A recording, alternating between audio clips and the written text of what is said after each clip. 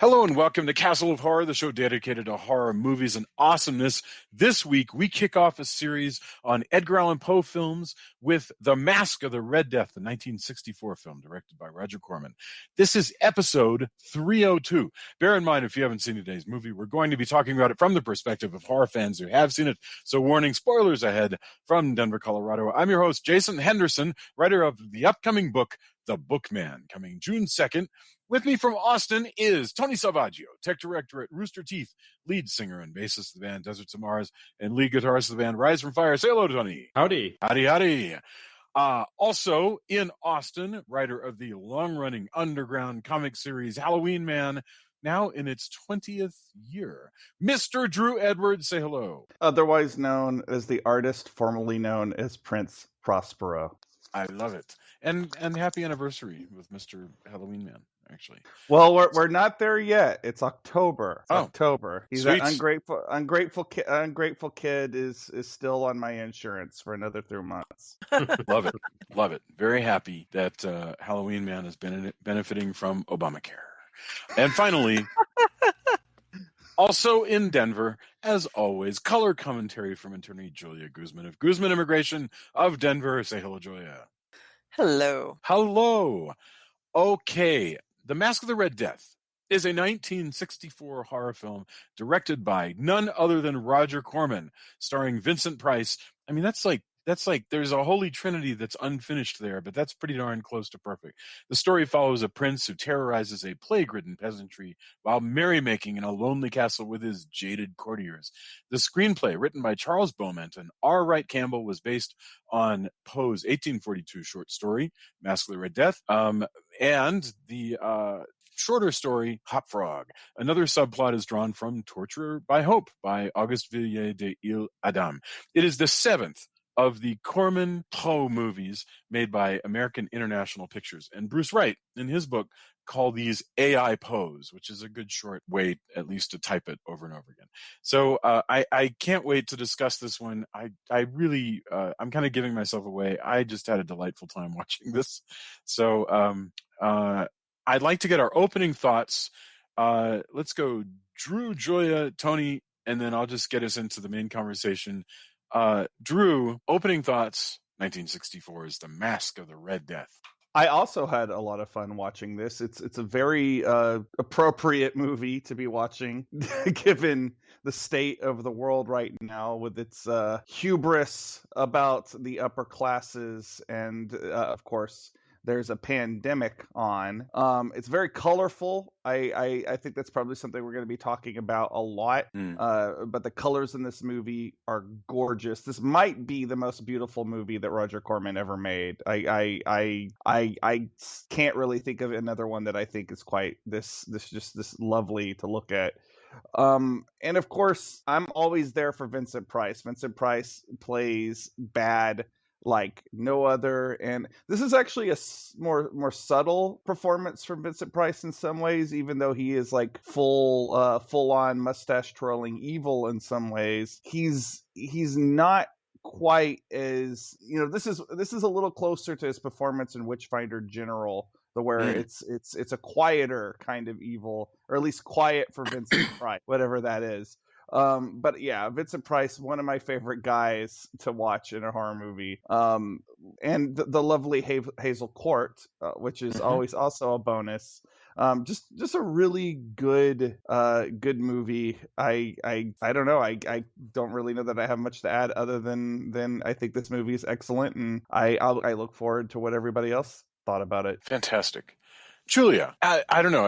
Have we? I know we'd seen House of Usher. I don't know if you'd seen this film before. What are your thoughts? I don't remember having seen it.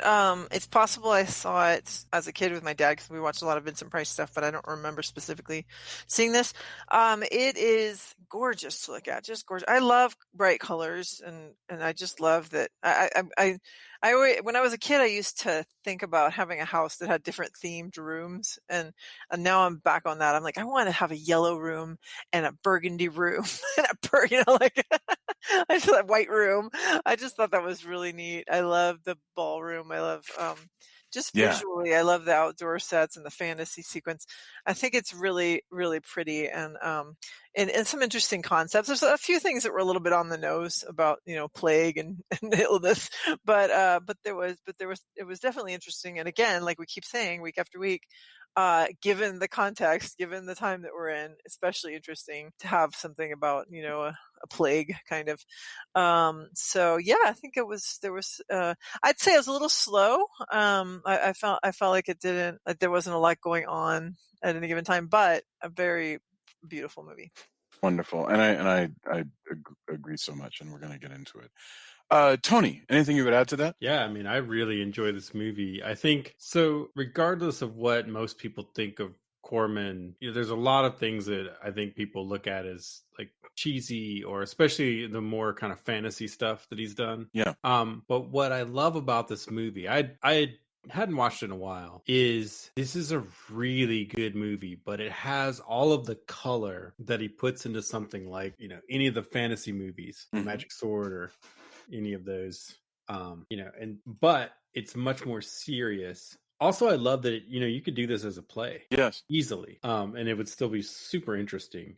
Taking a Poe short story and turning it into feature length. They do a lot of really interesting things. I think it bucks some of the, what people would think of. If you've seen, Corman movie on Mystery Science Theater, you might be thinking, oh, well, it's these cheesy kind of things, but this really, is separate from that, or what people think of there. And it's fabulous. The whole cast is great. The motivation starting from just the village and the idea, how he's, Satan is his master, and you get that pretty soon. Like all of that stuff, is really great. It looks amazing. Costuming, everything, and then taking in how it plays with Poe's descriptions of going through all of the rooms is really interesting too.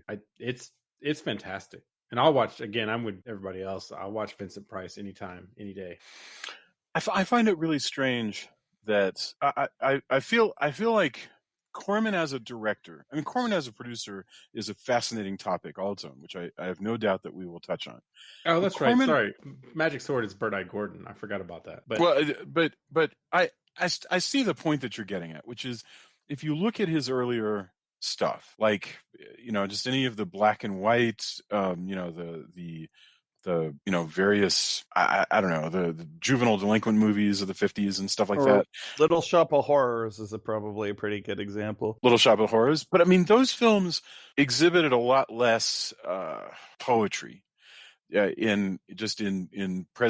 First, I admit that the director is helped greatly by all kinds of choices, such as budget and, are we going to have color and sets and all that stuff? But even setting all that stuff aside, when he suddenly decided, let's do a cycle of Poe stories, and he did a number of them for like 3 years, it's so strange. It's like you're witnessing an alchemy that is, it's as though Corman goes into a trance and suddenly creates a cycle of immortal work that will be recognized forever as part of American film and is very important. And then when it's over, and he doesn't even look back. That's what's crazy to me is just how this is gorgeous, and it was a period, and then he stopped it.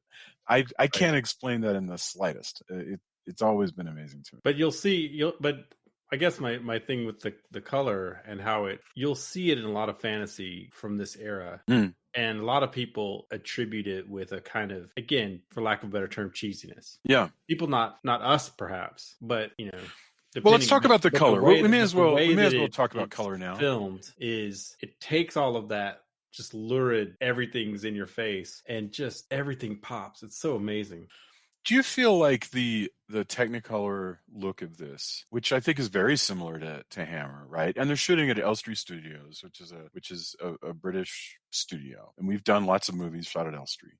But do you feel like, is that true? People look at Technicolor like this, and they think it's a detractor instead of a detractor exactly. But there's a certain feel that people associate it with. I think especially now that you see so much Technicolor stuff that's high fantasy and Yeah. and you may love it. Like I love Sinbad movies, Sure. but some people would think, oh, that looks this certain way.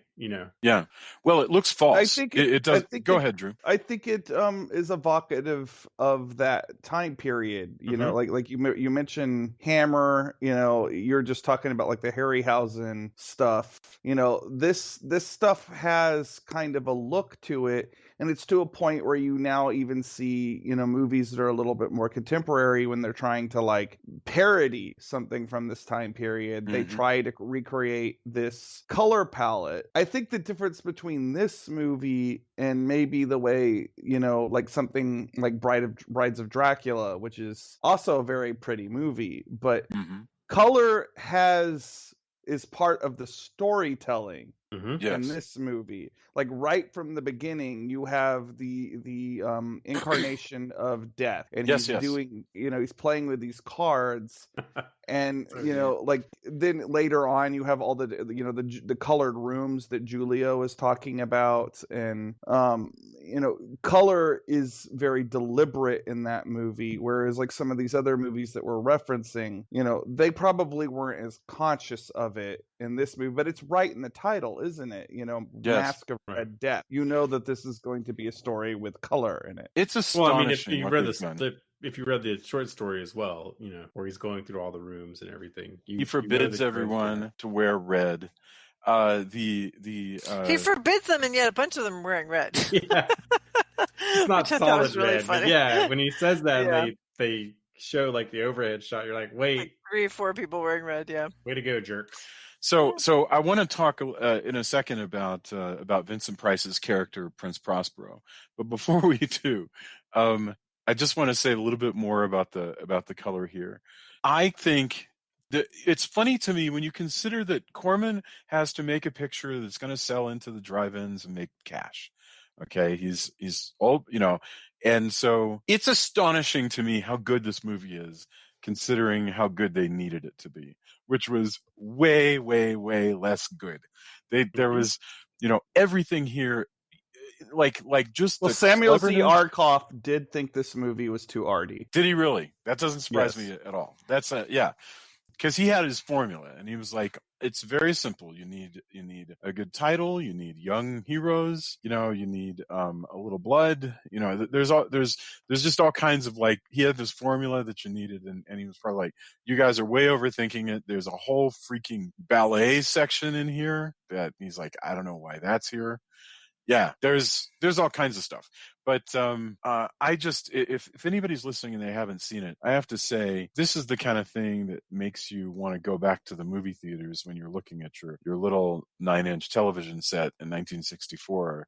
And you're like, I don't need to go to the movies again. And this thing comes out, you're like, I need to see that. It is truly gorgeous from beginning to end. Okay, so Prince Prospero is the first catalyst in the movie is there is wandering about the countryside, a physical version of a disease that is actually, sickening people, which is this so-called Red Death in medieval Italy. And afraid of the Red Death, but nevertheless a jackass with his own stuff going on, is Prince Prospero, who is played by Vincent Price. And he's a Satanist and he's a sadist, and he's very serious about all that. In other words, he likes to like punish people and laugh about it and be cruel, but he also he seems to really believe that like, if you're going to be a daily witness for Satan, you have to do this stuff. This is like, it's sort of remarkable how dedicated Prince Prospero is to spreading his satanic gospel. Because he takes and then he gets so frustrated when he finds out that the Red Death is not actually satanic. Well, yes. Yeah. But before that, he takes Francesca in. Francesca played by Jane Asher, right? And he's like, I want her to be my new protege because I'm fascinated by the fact that she's a good Christian girl who doesn't want me to murder her boyfriend or spouse or dad. So I want to bring her in so that I can corrupt her and stuff. It'll be sort of my satanic mission work. And it'll also, And I'm not, I know it sounds like I'm being sarcastic, but he really seems, it's almost like he doesn't even intend to sleep with this girl. He doesn't seem to be sexually interested definitely in her. is waiting to do that. Like, that's the thing, is to him, I mean, you're jumping forward a little bit, because before he does that, he charges through a village, and he does it in such a way that, of course, people are going to react so that he can kill people, because that's the kind of sadist that he is. Like, oh no, look, well, this is your fault. Even you trample everybody and almost kill babies, but yet, and that's what these guys do, right? Yeah. Then he does find someone who's talked to Red Death, who has because the details in the Poe story are pretty lurid. You know, all your pores bleed, basically. Mm-hmm. Horrifying. So he says, well, I'm going to do this because there's a disease. Burn the whole village. Yeah. Leave a few people. That's fine. But if she's going to beg, I guess put her dad and her lover in the dungeon. Yeah. But burn everything else. And they're like, well, it's going to be winter. Well, too bad. Look, there's disease around. Knowing full well that he would love to just burn any village he could, but this gives him an excuse. And then he's going to go back to his castle where he thinks it's safe. I also disagree that it's not a sexual thing, Jason, because let's explore that. Yeah. It seems like that this is like almost a pattern with him, is that he takes a girl and he corrupts her, because like Hazel Court seems like somebody that was on like the far side of this. Like she used to be what this girl that he just took currently is. And this is sort of the thing. He like grooms these people into his satanic cult. But sure. And as with most sadists, there's definitely a sexual component about it. Like there's definitely, yeah. But my point is, I get the impression that he would be just as satisfied if she's corrupted, whatever it takes, really. No, but that's the whole point of the way he corrupts and the way that he works and the way that, sociopaths that do this. The sexual part, it has to be the illusion that it's her choice. Yes. Because he's going to manipulate it. He's going to manipulate it so it's never her choice. Right. But the way that he operates and the way this pattern is he's going to make it, well, what if I kill, but that's the game. That victimization and pain, but it's always going to be a sexual component because that's part of the corruption. Yeah. Okay. So I apologize because I'm being, I didn't state that well, because you're right. The trickery and the victimization and the pain, I think, excites him. I'm just saying that he seems to be way more interested in corrupting her than whether he eventually gets around to having sex with her. I don't think he wants to have sex with her while she's virtuous. Right. I think like once she is corrupted, then he will want to have sex with her. Yeah. Well, no, his thing keeps being that what he loves about her is that her faith is as strong as his. So I don't think he cares if she's corrupt. I mean, I think he's waiting until she's corrupted because I don't know why, but I really feel like he would have her now, because he's just like, this is, you're so devoted to what you believe in, like me. So I don't know that he needs the corruption. I think he already wants her. I guess I'm just point, perhaps, but that's the whole point. Is it's the game. Yes. Right. The game is way more important. Going off of all the time. So don't player hate, Jason. Right. I'm just saying that I'm not getting a particularly erotic vibe off of Vincent Price. That's and maybe I'm the wrong audience for whether Vincent Price is clearly a turn on or clearly turned on. That just doesn't seem to be where his mind is at. If he's going to use sex, it's going to be a tool for the degradation of this girl. He's way more interested in degradation. And what's fascinating is that he's losing interest in his earlier favorite, which is Juliana, who's Hazel Court. And so Hazel Court is upping her game. She's going, hey, I am doing a lot more, Satan stuff. Very early on, explain something to me, gentlemen, because I don't know how it fits. So young Francesca comes in. She's sort of left to wander around the castle, and she goes in and finds a ritual going on where Hazel Court is like, I don't know, she's in a hood near a raven, and she's, I guess, doing some chanting. And Vincent Price appears to be in a trance. this is awesome, but like, did you have any impression as to what the heck is going on in this? It's witchcraft. Yes. Yeah, I mean, witchcraft. he's asleep like Dracula-esque, and she's doing her nightly things. I guess that's it. In the He's black just room. he's doing a Satan trance, and yeah, I guess it's as simple as that. They got.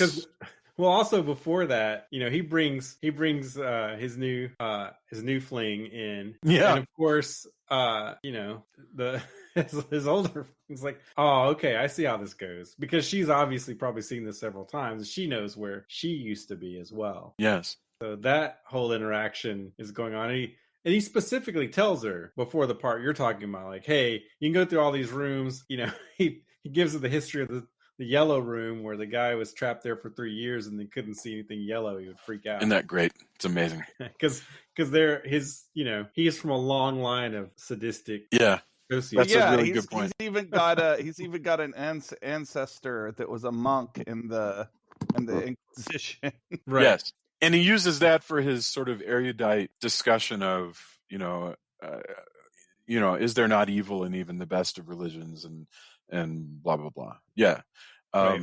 The faith represented by Francesca is betrayed by the corrupt people at the top, of the religions. Go ahead. I like that he seems to worship a very physical devil, like somebody you pray to. It's not like some of the satanic churches or side shoots where they're like, hey, it's not really a devil. Right. So no, he's down with, But he's also convinced, or at least he's going to tell Francesca, that if there was a God, like, you need to accept, like, look at how much bad stuff there is. Yes. He's long gone. It's all the devil right now. Something else rules in this place. You should come worship the devil, because there's nothing else here. Yeah.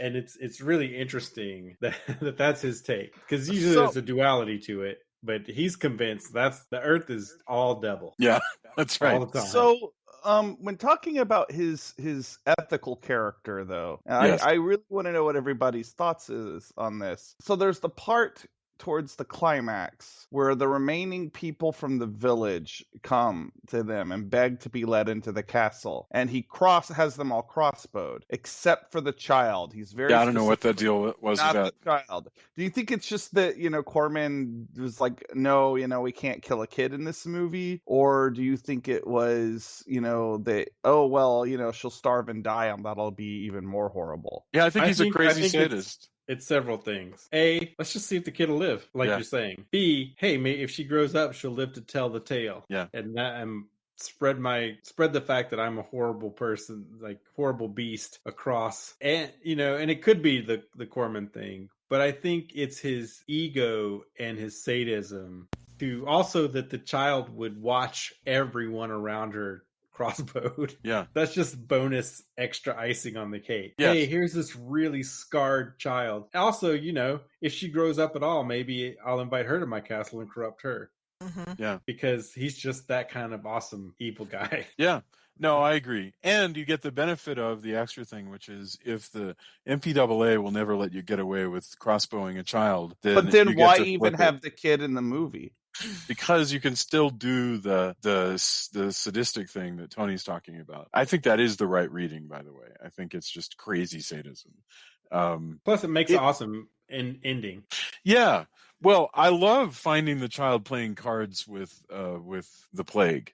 Right. And we should talk about the plague for just a moment, because some people are this movie is really wild, because things happen in front of your eyes, in front of the camera, that defy the normal vocabulary of a movie, so that all of a sudden everybody starts dancing. Yeah, So, I was going to say, when I was watching it, I was thinking it's like a ballet, the whole thing, because it really doesn't, like I say, it's kind of slow. It doesn't really have a plot per se, but it's a ballet. It's just these beautiful art scenes one after the other. I think that's fair, and so people don't act like they act in the way that we've all accepted people will act in a movie like this. Like the whole idea of the heroes being thrown in the dungeon and they got to break out and yada yada. That's sort of what you and I have a contract with the movie makers that's the kind of stuff that we expect to see in a movie like this. But everybody doing ballet, that's weird. And the fact that the plagues are walking around in robes and talking, that's weird. The Rainbow Coach. I think it's a misnomer though that it doesn't have a plot, in as much that would mean that a lot of Shakespeare doesn't have a plot, because what you have is a lot of scenes of the interactions between characters, and we're getting a more and more we get more and more of Prospero's sadism, his religious beliefs, etc., as well as the stuff, the more swashbuckling stuff with the father and the fiance. So I don't know about. I'm not saying it has no plot. I'm saying it's the plot. It's not plot driven. It's just kind of an art. It's an oeuvre. It's just a work of art. And I think it would be fair to say it's a character study, though. Yeah, that works. But like the fact that the Red Death will just kind of wave at people and suddenly they'll be red, or that Vincent Price gets when we watched the Manos, the Hands of Fate, and the guy like the women just kind of wave their hands and the guy dies. It's like they just waved him to death. That's what happens with Vincent Price, is that they're all kind of waving at him, and then again Red Death just runs his hand over him and he turns red. It is like a ballet in that sense. Yeah. The other thing about that, though, is that this is the personification of death. It is a avatar of death as an entity. And the idea that's put forward is that, Satan might be real, but there's a line that's the devil is real, but he doesn't rule the universe by himself. And there's these other forces. Death has no master. Death has no master. Death is actually bigger than God and the devil put together. And I think that's a really big theological concept to put out, and it's one that we actually still see people copying. Like just as of late, a few years ago, Supernatural. Anytime they bring in death, they talk about how death is the ultimate, cosmic being in a way, but it's also personal enough that it can be playing cards with a little girl, and I really think that's cool. Right. Well, that's how it is. Like in Death, you remember Death Takes a Holiday, or Death Takes a Vacation, whatever that movie's called, and then the previous story it's based on. But the one with Brad Pitt, where he's just he just shows up in the hospital or in the Meet Joe Black. Meet Joe Black. You're right. But it's based on the Death Takes a Vacation story. It's Meet Joe Black. That's the one. And so he just shows up. He's taking a break, but he shows up in the hospital and he's talking to this black woman. And she's like, "Oh, you're whatever she calls him." And she's like, "You're here to take me away." And he's like, "No, he's like, I'm just visiting today. I'm on vacation." She's like, "Please take me." But it's not scary if you're ready for it. It just is. And I think that's absolutely right, that it doesn't have to be. And it's interesting, you're talking about Supernatural. I watched Lucifer. I love that show. And what's been interesting to me about that show is the idea that even Lucifer is not necessarily bad. He just is in charge of hell.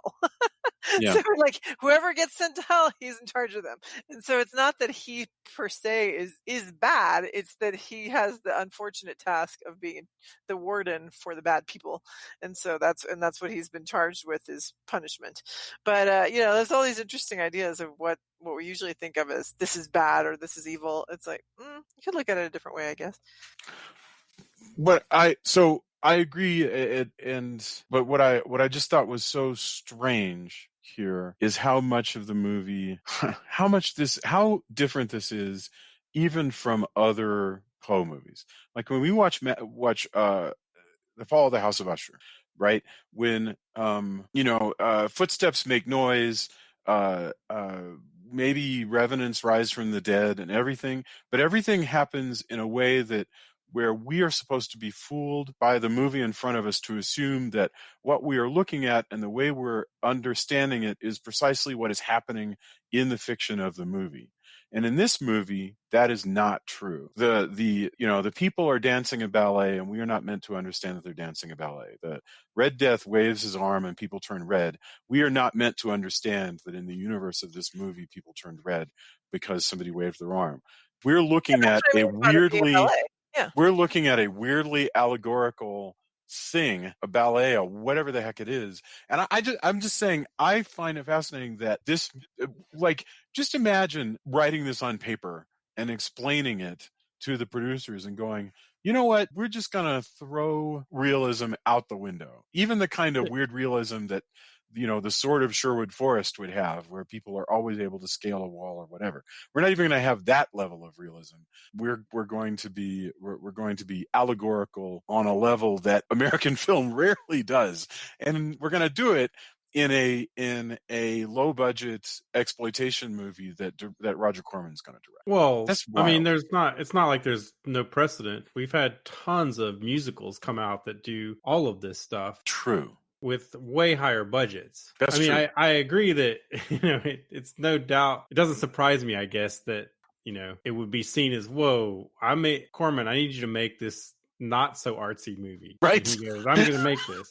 But I don't think that there's not a precedent. I think that there's maybe not as much of a precedent in lower budget horror. Yeah. But I mean, look at all of the fantastic musicals that do all of this kind of stuff. Well, sure, like Singing in the Rain or whatever, where they'll suddenly have the ballet and stuff. Yeah. Yeah. So it's just taking a cue. This may be one of the earliest times, and I haven't canvassed this. I haven't done enough research, but it is a gamble to go, okay, so all of this cool, extremely lurid, just out there musical stuff that we're seeing, where at any time you could break into song and all of a sudden there's water ballet and there's dancing and all this stuff. This is going to go at the end of Masque of Red Death. Now that's a gamble. Yeah. Because you're going to lose X amount of people who came to the drive-in to see a horror movie, a Vincent Price ghastly thing. But also, isn't it wonderful that we got that? I mean, but you see where that's going anyway, because they bring in entertainment as Hop Toad and his paramour, who's a ballet dancer, who's a child, but she's supposed to be a little person as well. They dub her voice. What's the name of that? Esmeralda. Yeah. Thank you. And so there's already, and you have all the dancing and revelry there as well. But, as told throughout this, you're building towards this masquerade with the idea that everybody hasn't been exposed to this plague because they've been holed up safely in this castle. Mm-hmm. Which, oh, by the way, the castle entrance, if that didn't consciously or subconsciously influence Castle Grayskull, I would eat my hat. The colors and everything and the way it's shaped, I'm sure there's other things, and the people who made Castle Grayskull and designed it. And there's a really good show about that. I think it's on the Toys That Made Us, but there's a couple of He-Man things. But seeing that here with its greens and blacks and just the way it's shaped and everything, I was like, oh man, that must have stuck in somebody's head, which was amazing. No, and these sets are gorgeous, by the way. Apparently, this is a thing similar to what happened in The Terror, where Corman just got really lucky. He gets to Elstree, and it turns out they've still got sets up for the movie Beckett. And so he's like, wow, we can make an entire, Vincent Price hamming up around the castle movie with these sets for a much more expensive picture. And that's why you've got that amazing, opening to the castle. And it's why you've got the dungeon and everything. It's that's part of why Corman is such a genius. Yes. Now I'm sad, that I didn't take a separate course. Can you imagine if you could just be sort of Corman-esque and okay, well, they just shot the new Blade Runner. Yeah. Let's go shoot there. Or any Matrix, or and you just keep showing up. Who's doing the most expensive sets? Hey, before you tear that down, can we shoot for 3 weeks? Yeah, that's a really good question. We'll pay to tear it down. Yeah. Okay. That'd be great. I think there's got to be somebody who's that smart, right? Who's doing that? I'm sure there's reasons why they don't. I'm sure that the movie studios are like, no, you don't get to use our I really have no idea. Now, I mean, Corman did it multiple times. If we had a director on here with us, he'd probably England. go, oh yeah, no, this happens all the time. Right. I mean, England has different rules. I don't know about here if you can reuse. Well, like I say, The Terror was made in California, and they still had sets laying around from The Raven, actually, which comes not long after this. But in that case, it was a Corman picture where they had Raymond, and so he had like another week with the sets. And so, for whatever reason, he had some more time, and so he was like, "Let's see if I can cram another movie." I I think mean, it look at all probably the stuff just that depends on happens if. later. Sorry, Julia, go ahead. No, I was going to say, I think it probably depends on if they decide not to strike it. For example, like I'm just looking, it says that, one of the most reused sets is Bronson Canyon. So that's the kind of thing where whatever they built, they just kind of left it, and then they walked away. So now it's kind of like the equivalent of public domain for movie sets, I guess. Right. Well, there's all the stuff, even like Battle Beyond the Stars. There's several movies that use those spaceships and such. Yes.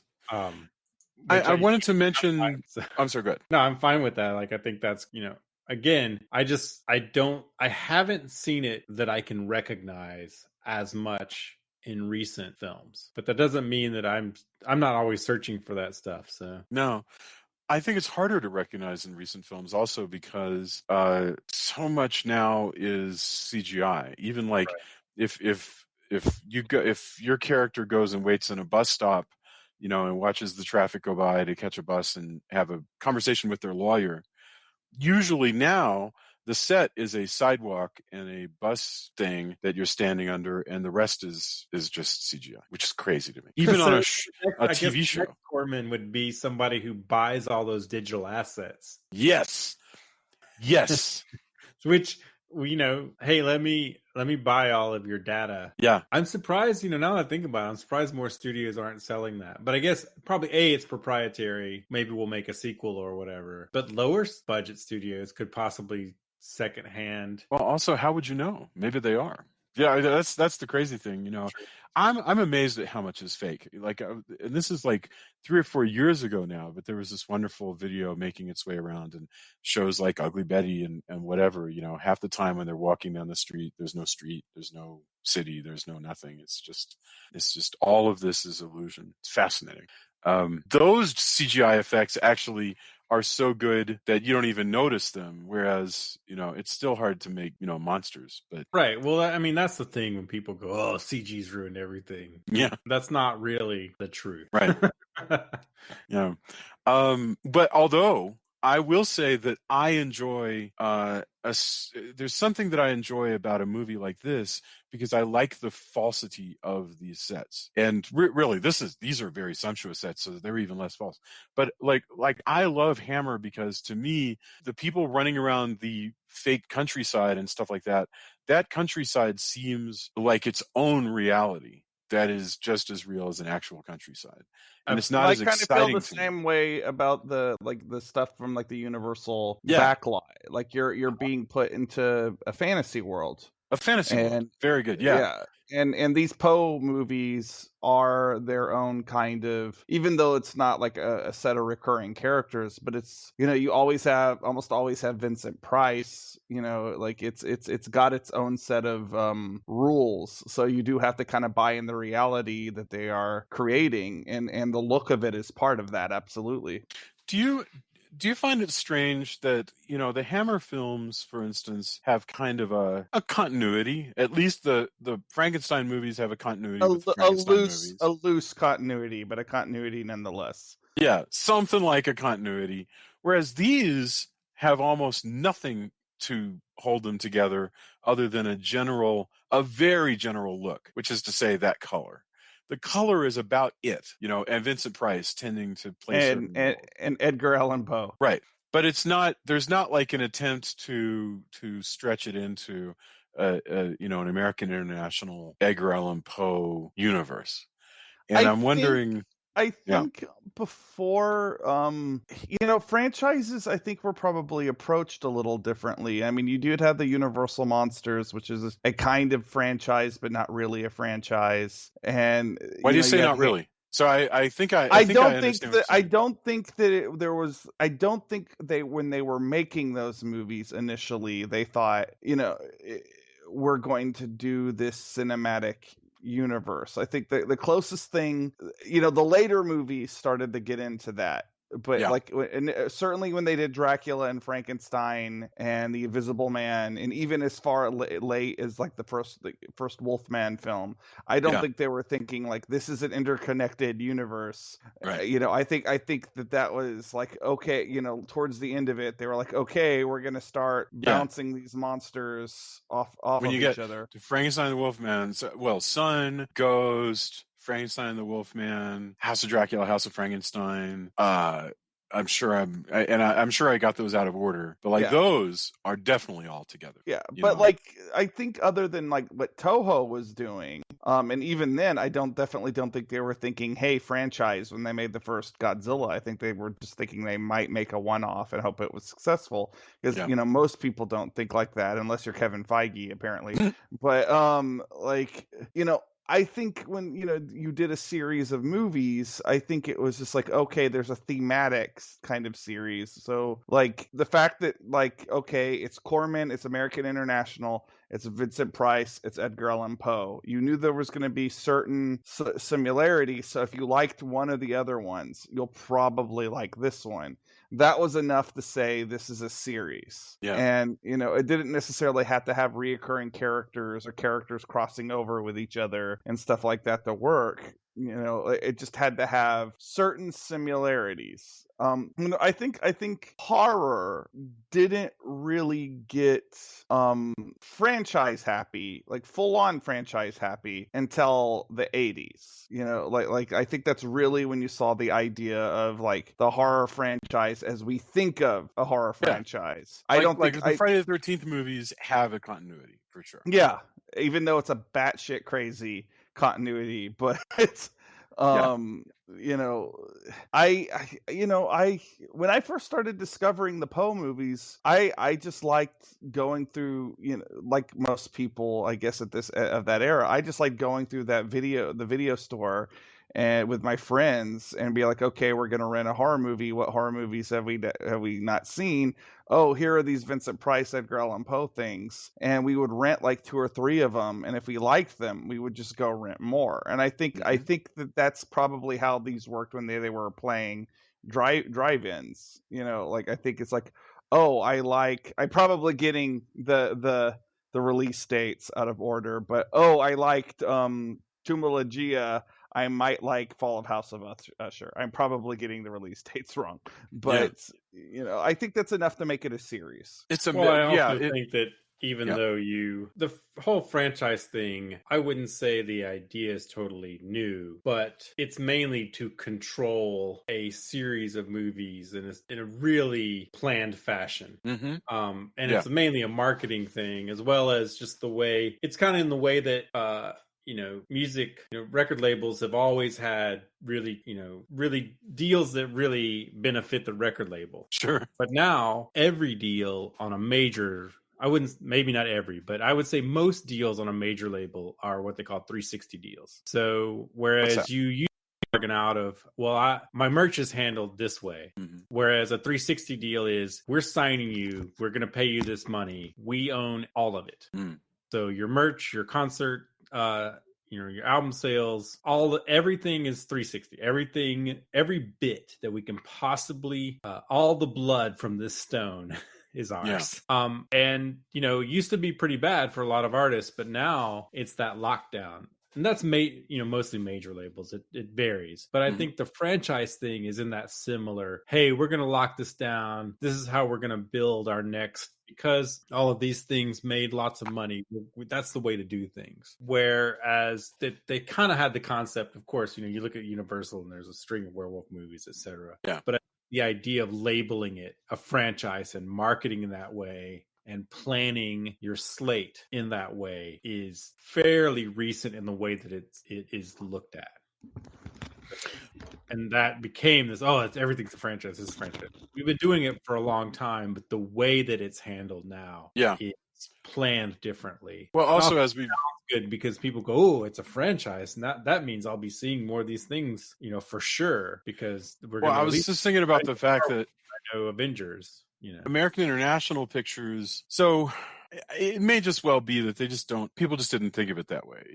Like I don't think they did. I mean, for instance, Frankie and Annette are definitely a series, right? Mm-hmm. And that's the same period, literally the same years that American International and Frankie and Annette play the same characters with the same names, even though nobody remembers them, and so we all call them Frankie and Annette. But I mean, is anybody asking for the further adventures of Prince Prospero? Like that's the other thing about these sort of Poe stories. I guess there's nothing self-contained. There's nothing to make a franchise from except for the great god Poe, who rules over all in this world. Well, and you could definitely do the Rainbow Coalition. You know, the cloaked guys at the end. You could have a series. I tend to think of them as the United Deaths of Benetton, but nevertheless, go on. Well, they are literally the Rainbow, though. But the Grim Reaper Corps. Yeah, exactly. No, according to IMDb, they represent the Black Death, leprosy, porphyria, cholera, yellow fever, tuberculosis, and rabies. Anyway, you could do a different movie for each one of those guys. Yeah, but what I'm saying is they've already got movies like that. They do. This is whatever year it is, 64. This is the 7th of these things.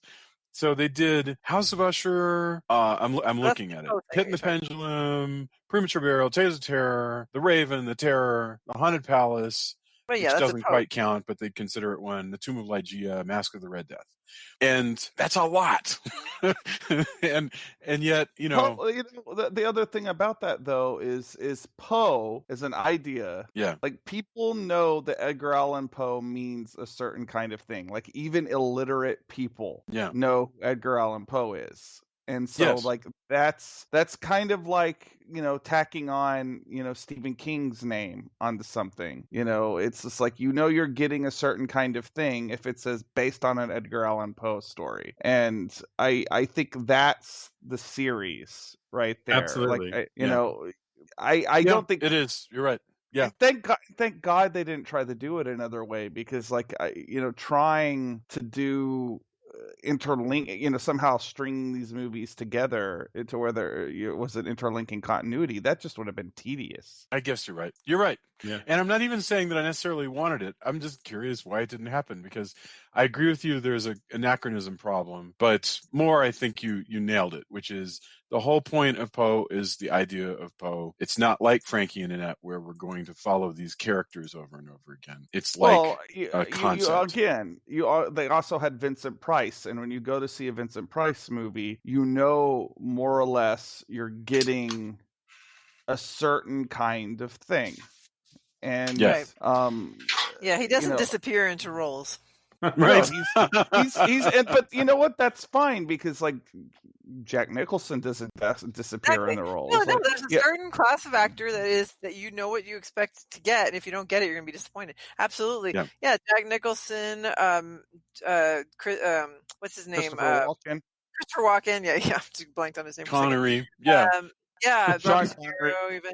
Right. Now it makes me want a kind of sub movie or short film where it's somebody slowly discovering that Vincent Price was in all these bit roles, or just as an extra. Well, there is like, if you go back into like the 30s and 40s, there is all the Vincent Price roles before he was like a known commodity. No, but I mean actually, like you're the opposite, like where he doesn't disappear and then you find out he's in everything. That would be funny. But to find out he's secretly. just don't really recognize him until you notice, like, oh, that's the mole he has. Like, he did disappear into the roles. He's in 200 other films. That would be funny. So, by the way, I just wanted to mention that he's got a buddy. Vincent Price has a friend, Duke Alfredo, played by Patrick McGee. That guy is oh god, such a First of all, is this like the third movie we've seen this guy in? This is at least the third movie we've seen Patrick McGee in. Yes, he's never played a normal person. Right. Which, I mean, if you're in a horror film, usually you're not. But like, I love him in this movie because he is the kind of Vincent Ugh. Price's character is sort of like the just below the surface. I'm going to attempt to be dignified, but I'm still really, really, really, really sadistic. Yes. Whereas like this guy is like sadistic completely. He's like surface level sadism. He's Yeah. like he's like the more honest, but also more blunt version Well, of Vincent Price's and character. remember how earlier I said that there wasn't like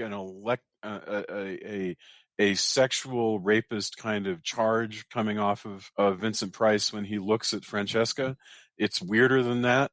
This guy, not the case. This guy, No, everything's surface level for he's Alfredo. skeevy. He's got sweat on his upper lip, and he looks like he's dangerous. Like you don't want to be alone. You with know who he Patrick kind of McGee in looks this like movie. in this movie? He looks like Dr. Pretorius from Beyond. Dr. Pretorius from Beyond. Yes. He's got this like weird, like sort of sideswept. Yeah. Rothschild Ghoul Same hair. sort of gross, middle-aged, white-haired, like uber sexual, just grody. Yes. You know, Well, that's why, and that's why Prospero keeps him around. Tell me more about that. Well, because he's the blunt object version. It's Yeah. kind of fun. That's why he ribs him so often. He's like, nothing's guess you're right. subtle about Alfredo. You wish you were as cool as me, but you're not. Right. I'm And so he likes to watch. He likes the unbridled kind of purity, for lack of a better word, or just. Yeah. I know exactly what's on your mind all the time, and you're very transparent. And it shows when Hop Toad is so easily able to play Couria's favor. Yes. Yeah. So you're right. Everybody it takes like 20 seconds. Yeah.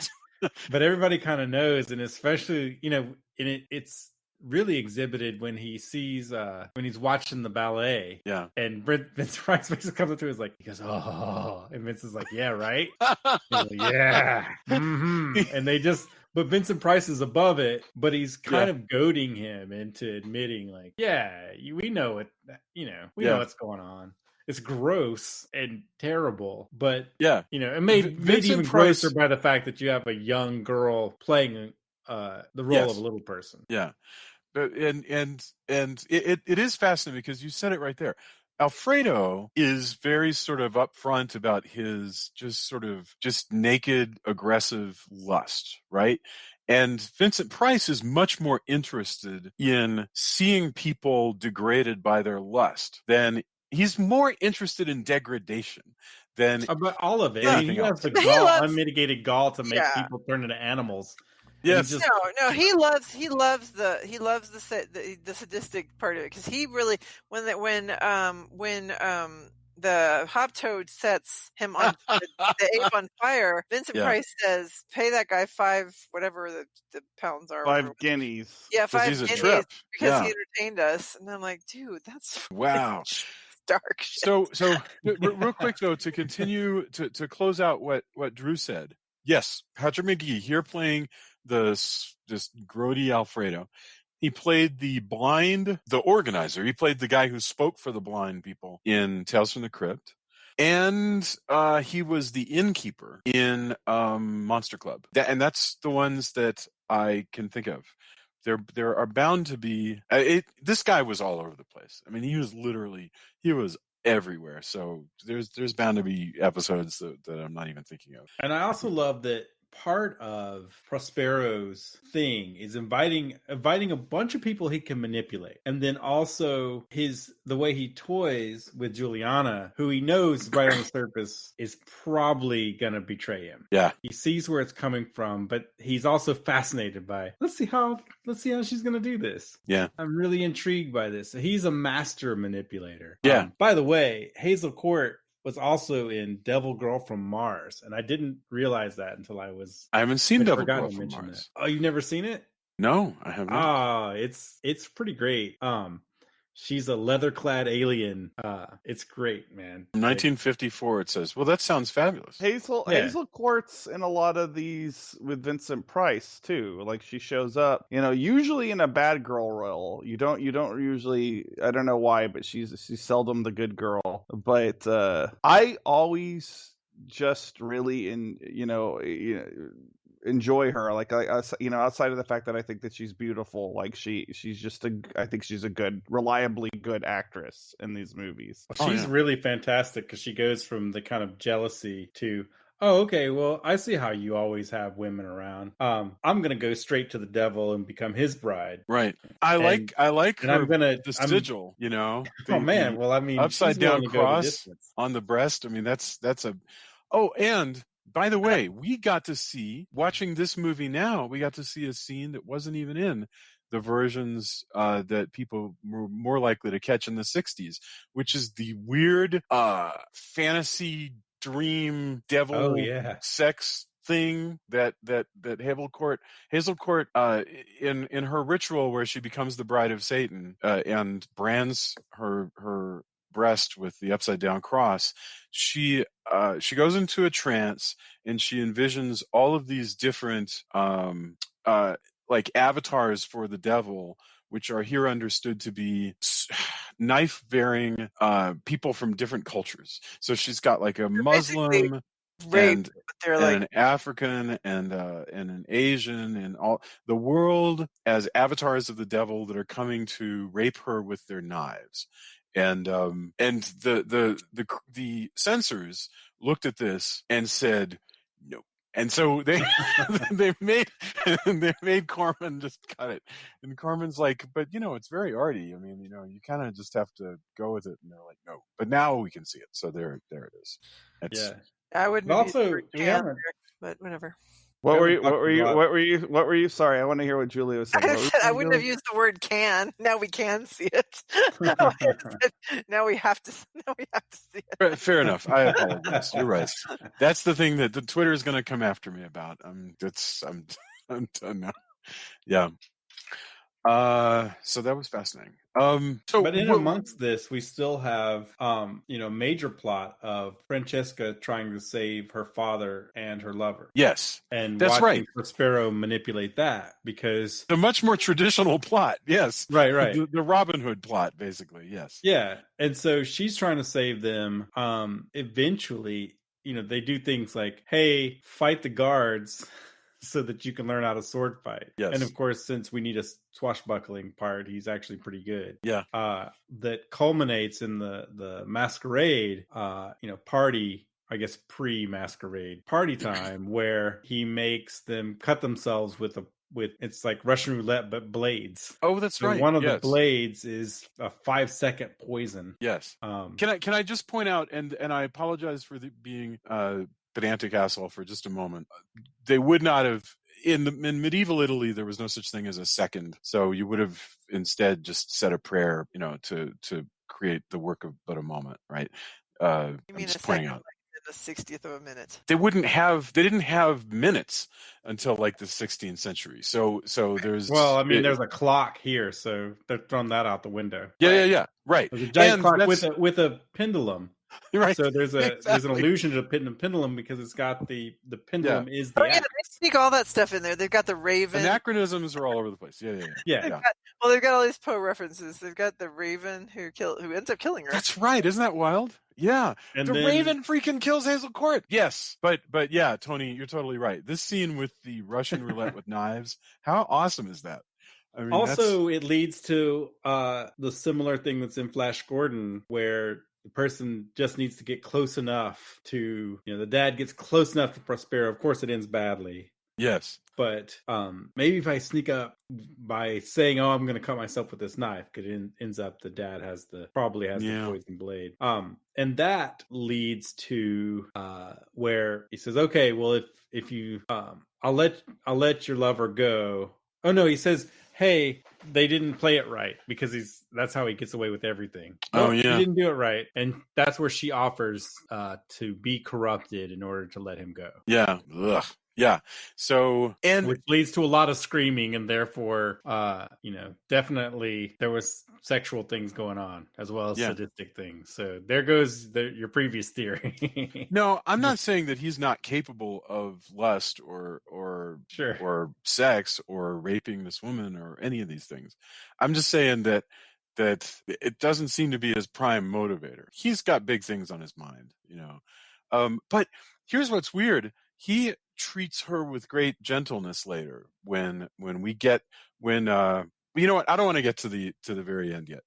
Tony, you're moving us pretty well through the plot. So I also like how Yeah. the guy shows up and is like, "Hey man, let me in." And Prospero goes, you probably have the plague, so no. Right. We're all in here, we're all safe because the plague would have shown up by now." yeah, And he loves watching this guy squirm because he's just the kind of guy who would watch everybody squirm. I mean, he has a guy play a worm earlier. And when the guy offers his wife, he finally goes, "No, I've had her." Brody. Yeah. He's both angry that he said it so callously, I've had as that well as just dubious dismisses pleasure. her He like, says yes. Dubious Yeah. pleasure. What a jerk. Yeah. And then he kills him. At times, he's kind of shades of Max von Sydow and as being the merciless. Yes. With his. Well, that's like when I was watching the dagger scene, and he plays it up to get just close. I was like, oh, okay, Yeah. that's very definitely like bring forward the tribute. Oh no, Yeah. really good. Um. He takes such delight in being evil. Oh yes, Well, absolutely. it's his religion. It's his religion. He's That like is true. He's like Yeah. a really good deacon at his church. Yes. He is. Like I say, he's really dedicated to the Satan thing. When we later, he's frustrated because the world's not working out the way he anticipated. But I just wanted to mention, you just said we're safe in here. I've kept all of you guys safe. Here's some baubles. Put on a mask, do your thing, blah blah blah. This concept, this is basically the short story. Now we finally arrived at the short story, which is not a very long story. And Tony, I think you were the one who posted it on Facebook, where somebody had like posted somewhere, really rich dude, hey, let's have our own little like mini fire festival. Let's get some yachts and go to a nice island. There's two different things. There's a person who has basically, it was a resort, for lack of a better term, in California, and they were going to have yoga. And it was basically, hey, everybody who's rich, let's go hang out and be rich. And everybody who saw that was like, have you seen Masque of Red Death? Yeah. What is wrong with you? How is that going to work? How are you betting people? What's your plan? The answer is Satan, but apparently Satan doesn't actually even work because death is like, fuck you, I'm death.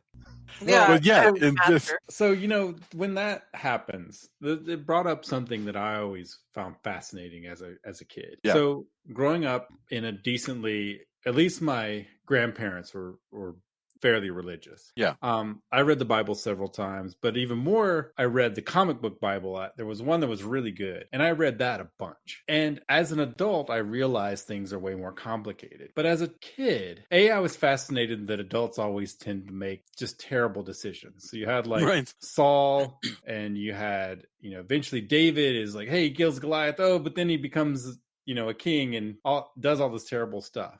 Yes. But also it always, as a kid, I couldn't understand how complicated adult things were and why those choices are made. Now you can see it. But one thing that always fascinated me is when you say that you worship Satan or you worship the Lord of Lies. Yeah.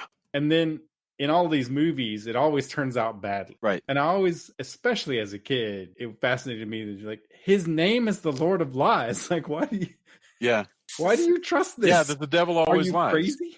Like, that's the devil in Max Devlin too, right? The devil always will double cross you. Although in this movie, it isn't that the devil double cross him. It really is that death just doesn't give a shit. Right.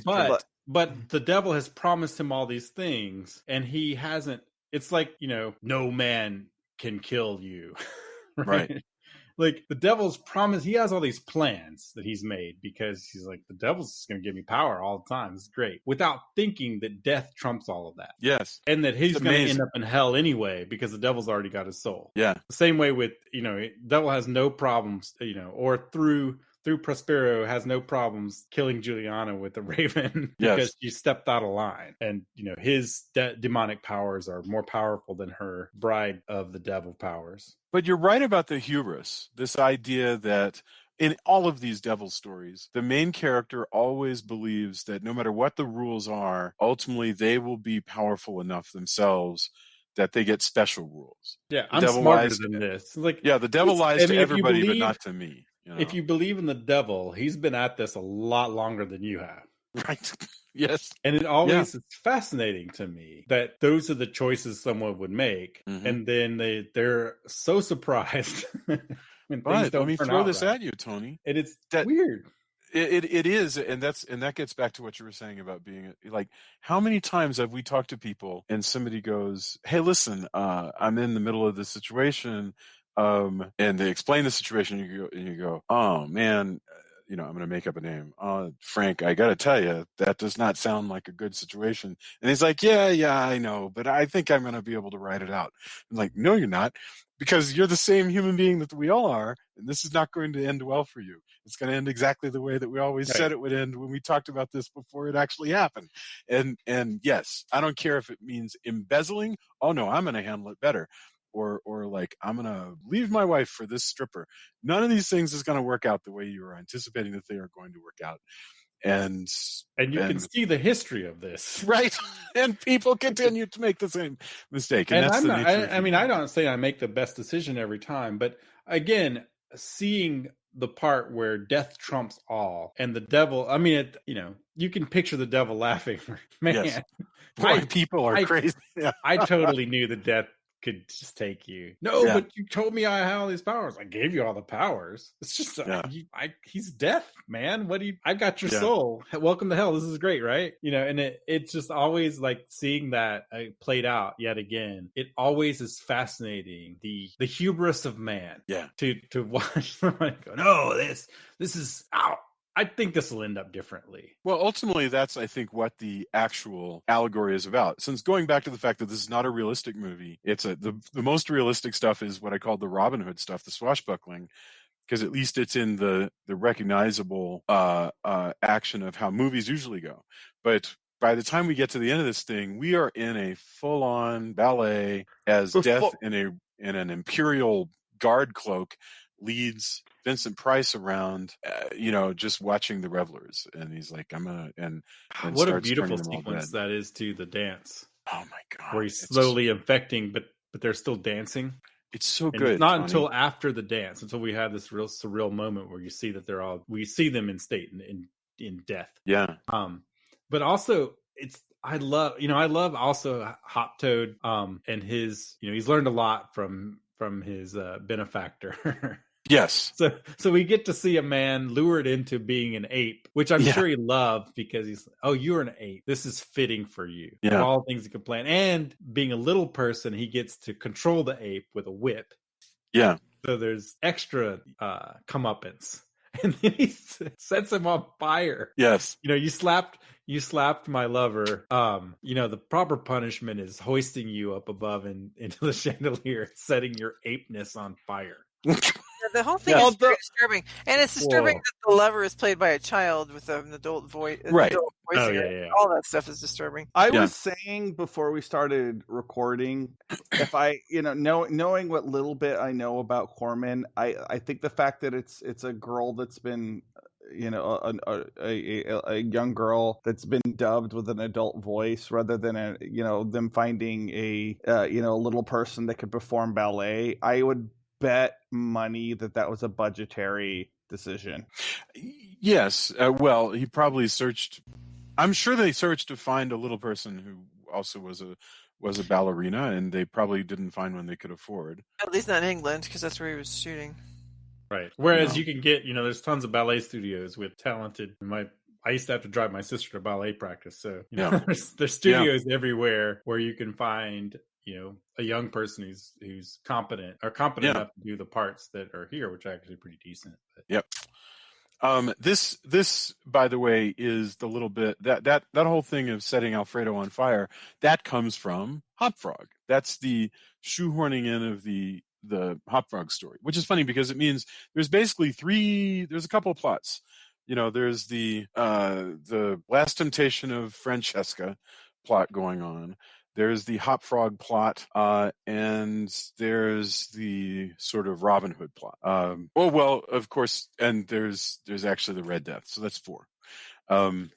It's very, I've heard people say you could take the Hop Frog stuff out and you'd be left, like, in other words, it would lift right out. It wouldn't matter. And that's probably true, but the movie would be too short. So they've put it in to make it feature Toad, length. by the way. Oh, I'm sorry. Yes. Yeah. The original short story was called Hop Frog, and I keep calling it that. He's Hop Toad in this. That actor is great, though. Boy, he's good. He really is. He really is. Beautiful voice. I love his I love the way he operates when the way he moves. He kind of has you hit my lover, and I'm not going to take that. But his back and forth between Prospero and then Alfredo, and as he leads, you can watch this kind of him just laying the trail. Yeah, burying he's the lead amazing. For Alfredo. He's great. His physicality as he kind of dances and shifts his weight from foot to foot while he's describing how, while he's laying out this scam with Alfredo, sweeping his arm. He's just a very balletic physical actor, and he's amazing. I love it, the stuff with him right after Esmeralda gets slapped, where they have him he very subtly goes for like a dagger on his belt. Oh, yeah. Can I kill this guy right now? Yeah, and then he drops his hand, and at that point he's like, nah, I got a better idea. Right. Yeah. Well, he gets a look from Prospero as well. So yes, right. But Prospero's like, please don't stab Alfredo in my court. Yes, right. Oh, he's also in lighting Vampire him on Circus. fire is a much better. Right. Isn't that funny? Yeah. Yeah. Skip Martin, by the way, is also in Vampire Circus. Oh, is that him? Interesting. The one where he says, "Don't thank me, pay me." I remember him. Yeah. He's really fantastic. He's great in this movie. I just love the way especially the way he moves through space to manipulate. He's in control, even though Alfredo probably looks down and like, what does this guy know? He's just the jester for Prospero. Right. And all the while he's slowly reeling him in. It's heck of a lot of movies this guy made. He was in movies from 57 to 75. He died at 56 in 84. So, he's really so much good stuff in this film. So yes, this final moment of walking through and the dancers turn red, and then you have finally Prospero tries to flee and he can't. And it's horrifying and great. It's just that whole final sequence is just remarkable. I think somebody made this comment, this is not original to me, but they said, to be honest with you, if you had released this movie and it had been like in French or Italian with subtitles, and you didn't tell people it was a Corman picture, it would still be talked about today as this ultra arty film. Yeah. Did anyone mention that Vincent Price's face is the face of the Red Death when he does? No. Yeah. You're... So he keeps saying. So when you're talking about he's trying to run away, he keeps running through the crowd of people waving toward him, like extending their hands toward him. And every time he runs into the Red Death which is his own face, he said, "I want to see your face," and he took it off, and it was just a red version of Vincent Price. And then he's got like all these red, tears, whatever, coming out of his eyes. Yeah, it's like Tony said, with you bleed out of every pore. Mm-hmm. And then you have that moment that you guys talked about, which is just mind-bogglingly damn cool. Just like chilling, wonderful, goosebumps cool, where the Red Death is playing cards with the little girl who survived and listens to the gathered reports from all the other pestilences. Amazing. I mean, I can't even wrap my head around how cool I like how they're kind of, there's a world weariness about some of them, like Right. like they're like, oh, X amount of people died as I passed through, and there's just, again, I love the way this movie treats the idea of plague. I love the way it treats the idea of death, particularly this idea is like, it doesn't matter who you are, death is coming for you, and it is the one God with certainty that we know is real, because death is a certainty. And I just, again, there's been a lot of other things since then, but the way this movie treats it, I really just love. Well, I realize that I don't want to get too heavy, or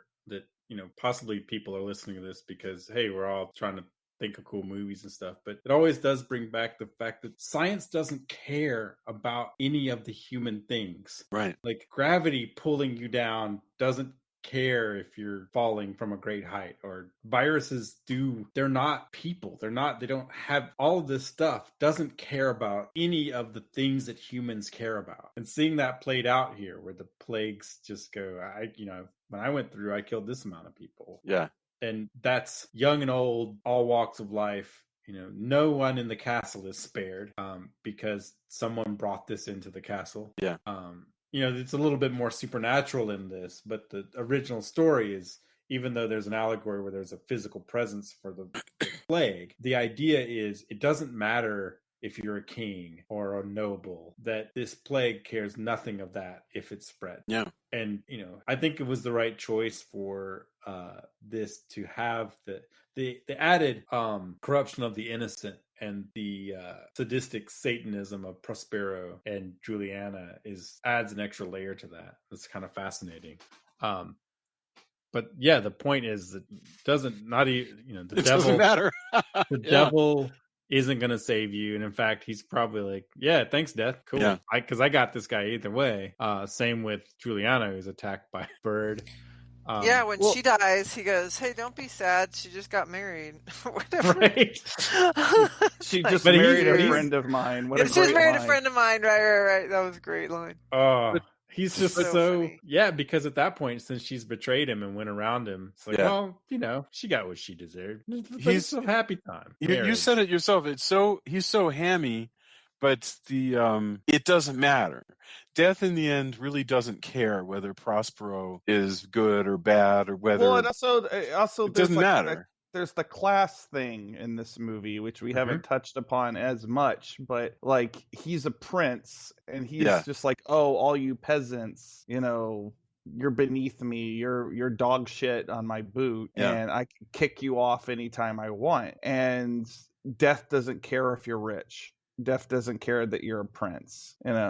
Although I guess at least this personification of Death does at least have some kind of sense of justice, because it spares some of the more likable characters. Yes, in this. Right. Now, tell me this really quickly. Why does my reading here, for weird reasons that I don't understand why this happens, but it looks to me like Prospero at the last minute knows the score and spares Francesca. I don't think why? He spares her. I don't think he knows it. He says, I think he says, go wait for me on the battlements. I think he thinks that he is going to go join her. I don't think. Okay. I think he thinks that this is my homeboy Satan. And my reading of that line of dialogue is, I have a suspicion that I have misread all of this.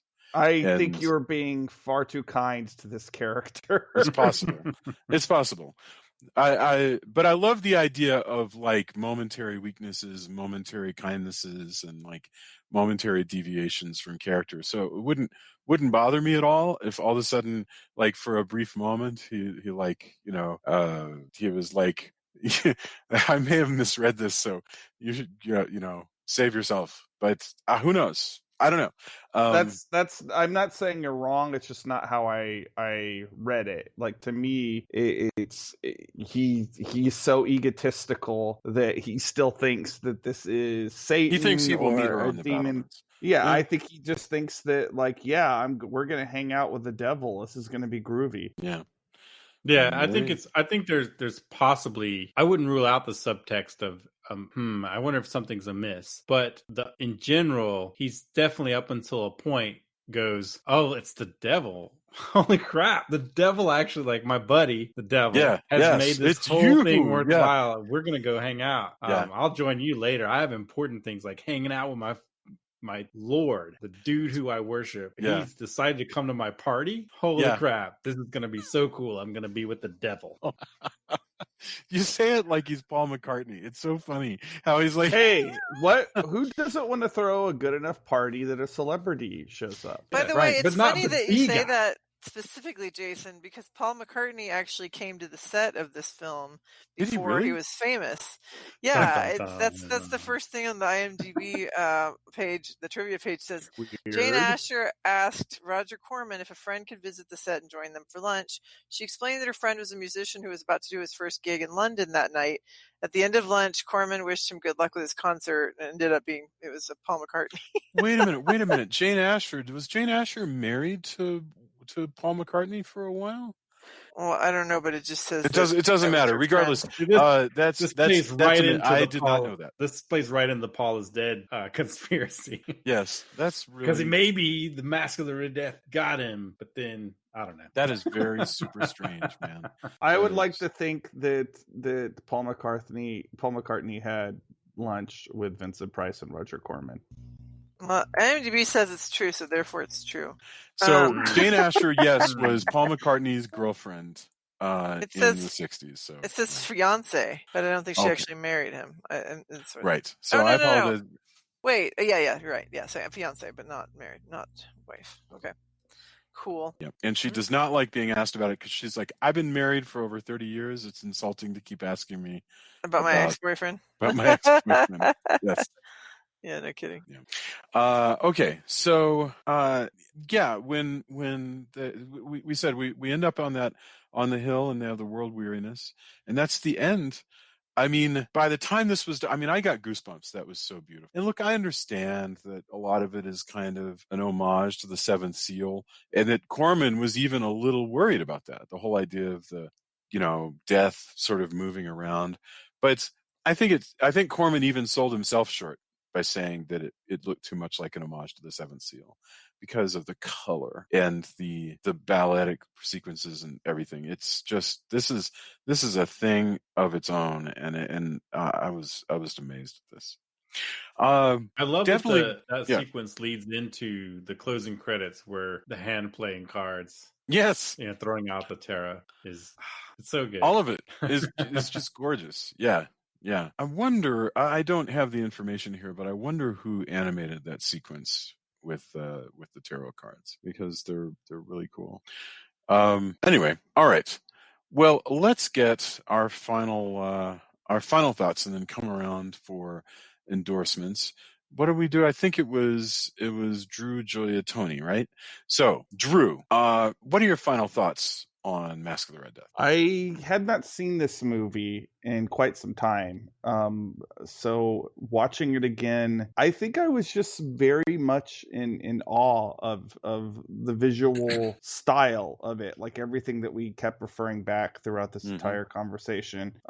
So it was just a really good movie to revisit. And again, I said this in my opening thoughts. I love anything with Vincent Price in it. I think that this is a particularly good performance from him. Like it's not as comedic, I think, as some of his other performances. Like I think in a lot of other Vincent Price movies, there's an irony about his characters. This character is not quite that, but it still gives you all of the stuff you want from a Vincent Price movie. I just think this is a terrific film. I think this film does deserve to be talked about more because it's beautiful, it's well acted. It gives you stuff to think about after you're done watching it. It does everything a movie should do. Yeah, very good. Julia, thoughts? Yeah, I think we've pretty much covered most everything. It is very artistic. It's very the metaphors are interesting, although like I say they're a little on the nose, but it's kind of neat to see a ballet version of a plague, basically. And I think it's enjoyable for sure. It's one that people should see if they haven't already. Very cool. Tony, what are your final thoughts? Yeah, I think it's one of the best Corman movies, in my opinion. Fantastic. Again, Vincent Price is fantastic. Everybody's really, really great. Technicolor just pops so well. A great adaptation. Taking a short story and turning it into something way longer. It takes liberties, but the liberties it takes, I think, are really, really cool. Has a little bit of swashbuckling goes back to that Technicolor era, period piece stuff, which is great. I was blown away actually at how much I like the movie again after having not seen it for a really long time. Your mileage may vary. You may not want to watch a plague movie during all of this. We took a gamble that it's not going to just be something like, oh, this is too on the nose, right? Right. It is a kind of a weird to cover it now, but also, depending, again, horror holds that mirror that we talk about. So maybe makes you think of it in a different way. And certainly all of the period piece, Technicolor makes it fantasy rather than grounded into, it's not like you're watching Contagion or something. But yeah, I really, really enjoy this movie. I had a blast watching it, and I'm stoked to do more Price Poe stuff. I can't wait. By the way, the It's just cover so of this movie is so amazing because it's this it's the face of Vincent Price, but it's made up of all of these red people. So let's turn to endorsements. Whatever we're reading or thinking about or just want to turn people's attention towards or what have you. So let's see. We'll start with Mr. Drew. Drew, what do you have to endorse for us this week? Well, I want to give a shout out to the monster movie Happy Hour people because I just did a guest episode with them yesterday. Although it sounds like it's going to be broken into 2 episodes, we discussed the Jurassic Park franchise and dinosaur movies in general, and I don't think it'll surprise anyone to learn that I had a lot to say about that subject. Wow, that's cool. So I had a good time with them, and I hope they had a good time with me. And they were fun when they were on our Invasion of the Body Snatchers episode. And so I just think if anybody who listens to this podcast, if you're looking for another horror movie podcast, go check out theirs. They have added cocktails. Yes. If that's if mixology is your bag of chips, I guess.